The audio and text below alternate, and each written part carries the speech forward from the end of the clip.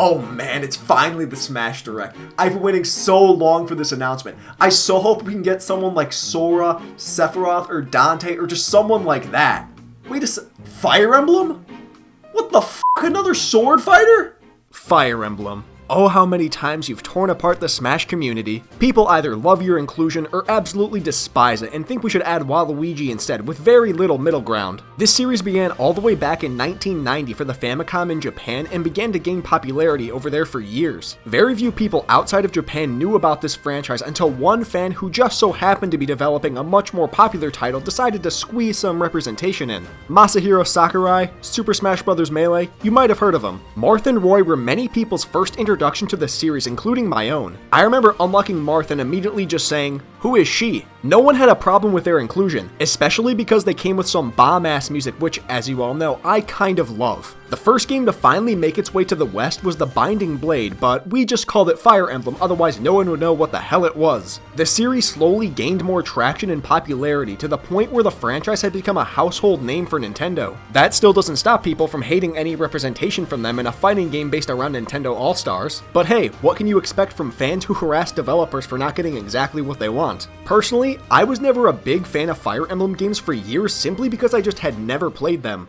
I always joked that the new fighters in Smash were dumb, but in the back of my mind I always thought, you know, maybe I should actually play the games. And of course, last year we got a new game on the series for the Nintendo Switch, so I decided, why not give it a shot? If you watch my top 10 favorite videos game, then you know that this game completely changed my outlook on the series to the point that I will never disrespect it ever again. Today, we are taking a look at Fire Emblem Three Houses. Fire Emblem Three Houses was released worldwide on July 26, 2019, and is the 16th entry in the series, but only the first home console game since Radiant Dawn in 2007. Fire Emblem was declining a bit until the series got a bit of a resurgence following the surprising success of Fire Emblem Awakening, which helped lead to this return on a home console. Because, fun fact, Three Houses was actually originally planned to be a 3DS title when development began back in 2015, but because the development team began to focus on Fire Emblem Echo Shadow of Valentia, the game was put on hold long enough for the Switch to come out, shifting the focus to making Three Houses the return to Fire Emblem on a home console. Usually people aren't a big fan of game delays, with good reason, but this might have been the best thing to happen to this game. The development team wanted to make the biggest and best in the series, and could you imagine them attempting that on a handheld console? Sure, some of the game still looks like it's on a Game Boy Advance, but graphics aren't everything. The game was originally announced in January 2017 during a Nintendo Direct with a 2018 release date. Then it was pushed back to early 2019 during E3 2018, then pushed back again in February 2019 before finally being released in July of that year. The development took much longer than expected, fine-tuning the story, gameplay, and voice acting because the game has so many slightly different voice clips for differing scenarios. The game was also announced to be receiving DLC in 4 separate waves with additions as simple as a more difficult setting, to new playable characters, and even a brand new side story.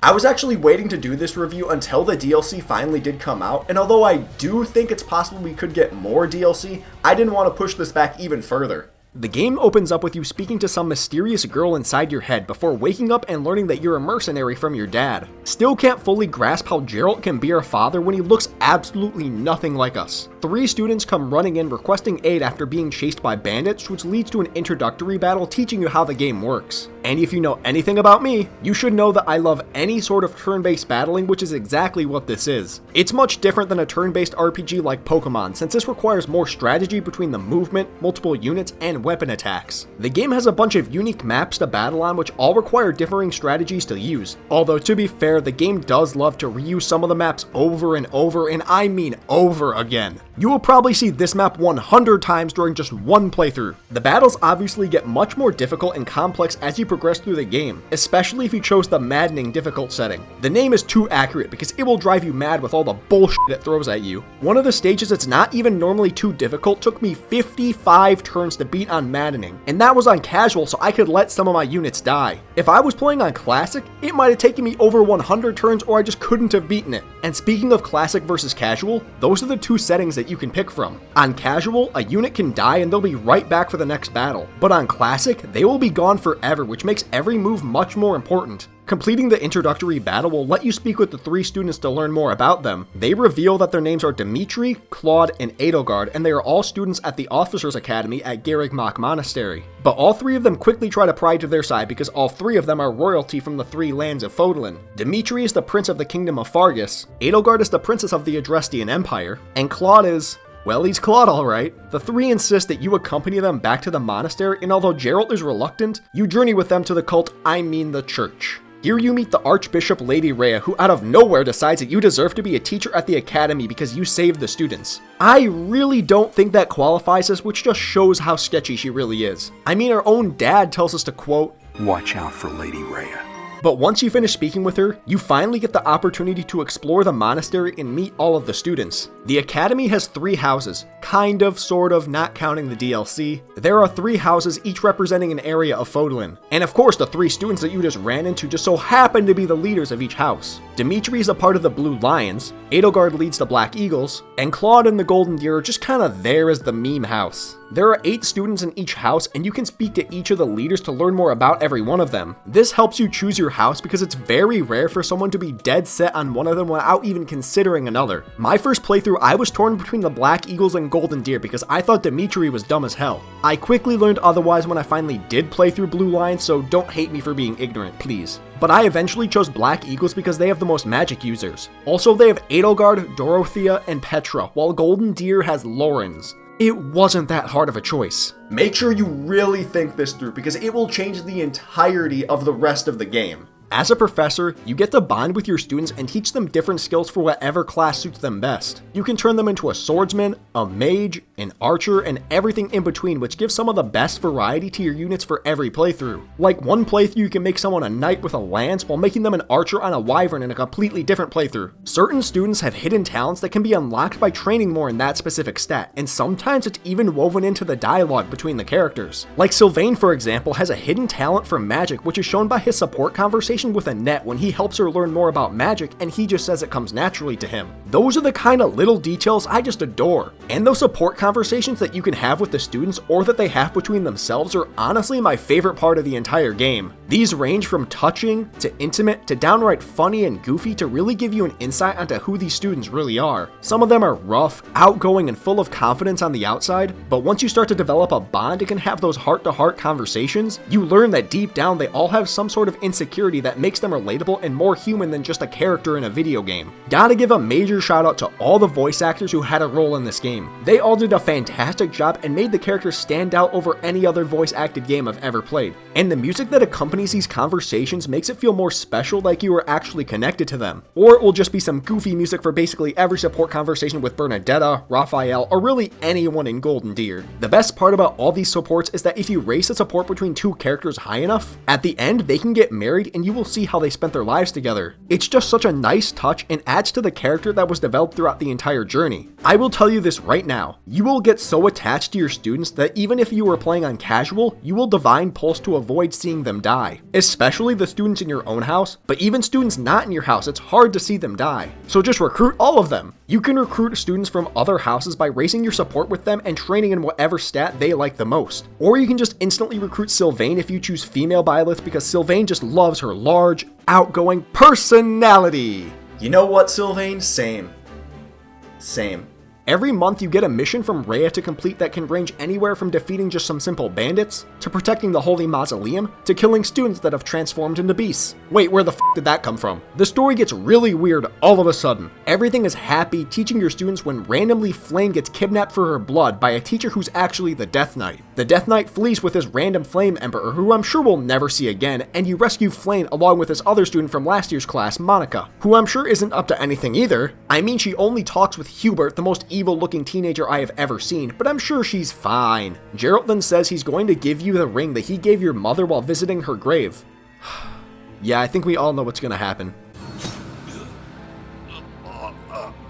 Who could have seen that coming? Never trust a character who randomly gets added to the story halfway through. Your character goes through this depressed stage for the next month before finding Geralt's ring, then chasing after Monica to kill her. You try to kill her, but Solon, aka Tomas the Librarian, kills her first to use her heart or something to send you to the Shadow Realm. You then combine with a little girl in your head who's actually the goddess, Yeah, that happened. And go Super Saiyan to escape and turn your hair green. This game keeps trying to connect me to Rhea, but I am not having it. Rhea then takes you to the Holy Tomb to sit upon the throne to receive a revelation from the goddess, but is stopped by the Imperial army led by the Flame Emperor. So the Flame Emperor is connected to the Empire. I never thought that possible. Really, Linhart? It's surprising that the Flame Emperor is connected to the Empire. Really? This is where the major differences between all of the storylines start, so before we get into this, I just need to let you all know, there will be spoilers!